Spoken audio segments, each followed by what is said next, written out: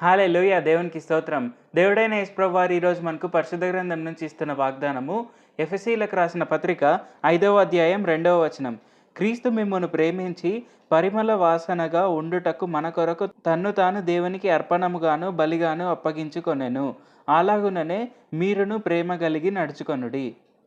So, ఈరోజు వాగ్దానం గనుక చూసుకుంటే ఇక్కడ మనకు క్లియర్‌గా అర్థమవుతుంది. ఏంటంటే దేవుడైన యేసు ప్రభువారు మన కోసం బలియాగమయ్యి, మన కోసం మన పాపాలన్నింటినీ కొట్టివేయడానికే ఈ భూమి మీదకి వచ్చారు. శిలువ యాగం అయ్యారు. అలాగే దేవుడైన యెహోవా వారికి స్వీట్ స్మెల్లింగ్ సేవర్‌గా అంటే పరిమళ వాసనగా ఉండుటకు ఆ బలియాగం అనేది చేశాడు. సో, పాత నిబంధనలో ఎలా ఉండేది అంటే దేవుడైన యెహోవా వారు ఆజ్ఞాపించినట్టు మోషే ఇంకా అక్కడుండే యాజకులు, అక్కడుండే ఇజ్రాయేలీలందరూ అక్కడ ఆర్క్ ఆఫ్ గాడ్ అనేది కట్టారు. అంటే అక్కడ నిబంధన మందసంను కట్టారు. సో, ఆ నిబంధన మందసంలో పరిశుద్ధ స్థలం ఉంటుంది. అతి పరిశుద్ధ స్థలం కూడా ఉంటుంది. సో, అతి పరిశుద్ధ స్థలం దగ్గర వాళ్ళు బలియాగం అనేది చేస్తారు. సో, నిబంధన మందసం దగ్గరికి వెళ్ళి ఆ అతి పరిశుద్ధ స్థలంలో వాళ్ళు బలియాగం చేసిన ఆ రక్తాన్ని ఇంకా ఆ స్వీట్ స్మెల్లింగ్ సేవర్ అనేది అక్కడ వచ్చేలాగా వారు చేస్తారు. సో, అలాగ అయినప్పుడు ఏమవుతుంది, వారు ప్రార్థన చేయగా అంటే ఎవరైతే బలి అర్పణ ఇస్తున్నారో ఆ particular person are family whatever. So, వాళ్ళు ప్రార్థన చేసినప్పుడు వారి ప్రార్థనలు తప్పక నెరవేరుతాయి. వారి పాపాలన్నీ కొట్టివేయబడతాయి. సో, పాత నిబంధనలో ఇలా ఉండేది మెకానిజం. ఇప్పుడు ఎలా ఉంది కొత్త నిబంధనలో అంటే దేవుడైన యేసు ప్రభువారే మన కోసం మరణించారు. అలాగే భూమి మీద ఉన్నది కాకుండా పరలోకంలో ఉండే ఒరిజినల్ అతి పరిశుద్ధ స్థలంలో అంటే ద ఒరిజినల్ ప్లేస్ ఎక్కడైతే నిజంగా అతి పరిశుద్ధ స్థలము ఇంకా అక్కడ యెహోవా వారే ఉంటారో అక్కడికే వెళ్ళి దేవుడైన యేసు ప్రభువారు ఆయన ఆయన రక్తాన్నే, ఆయన బలినే అక్కడ అర్పించి, అలాగే ఆ స్వీట్ స్మెల్లింగ్ సేవర్ అనేది వచ్చేలాగా మనకి ఏర్పాటు చేశారు. సో, అది అయినప్పుడు మనం ప్రార్థన చేస్తే అది ప్రార్థన తప్పక నెరవేరుతుంది.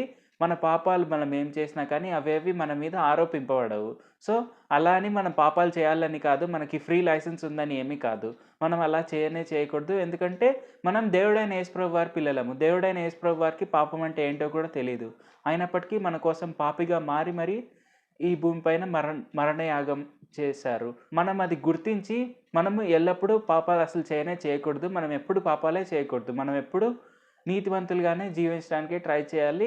అది ఎలా అవుతుంది అంటే మనం ఎల్లప్పుడూ మన ప్రార్థన ఆయనకు ధూపంగా అర్పిస్తూ మనం చేతులెత్తి ప్రార్థించినప్పుడు అది దేవుడైన యెహోవా వారికి, దేవుడైన యేసు ప్రభు వారికి స్వీట్ స్మెల్లింగ్ అరోమా లాగా ఉంటుంది. సో, అది ఉన్నప్పుడు మనకు ఆశీర్వాదాలు మెండుగా వస్తాయి. అలాగే మనము నీతిమంతులుగానే కంటిన్యూ అవ్వచ్చు. మన పాపాలకి ఎంత దూరంగా ఉండగలమో అంత దూరంగా ఉండగలము. సో, తప్పక అందరూ అలాగే చేస్తారని భావిస్తున్నాను. ఇప్పుడు మనం ప్రార్థన చేసుకుందాం. పరిశుద్ధ జీవాధిపతి జీవంగల దేవ యేసయ్య, ఇప్పటివరకు మీరు మాకు చేసిన ప్రతి ఒక్క మేలుని బట్టి మీకే వందనాలు తండ్రి.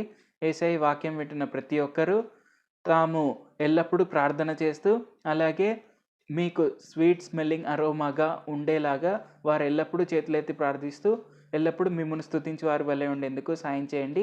యేసయ్య, మేము ఎప్పుడు పాపాలు చేయకుండా మీరు మమ్మల్ని నీతిమంతులుగా తీర్చిన విధానంగా మేము కూడా నీతిమంతుల వలె జీవించుటకు సాయం చేయండి. మా కోసం ఈ భూమి మీదకి వచ్చి మరణయాగం అయినందుకు, మమ్మల్ని ఆశీర్వదించినందుకు వందనాలు తండ్రి.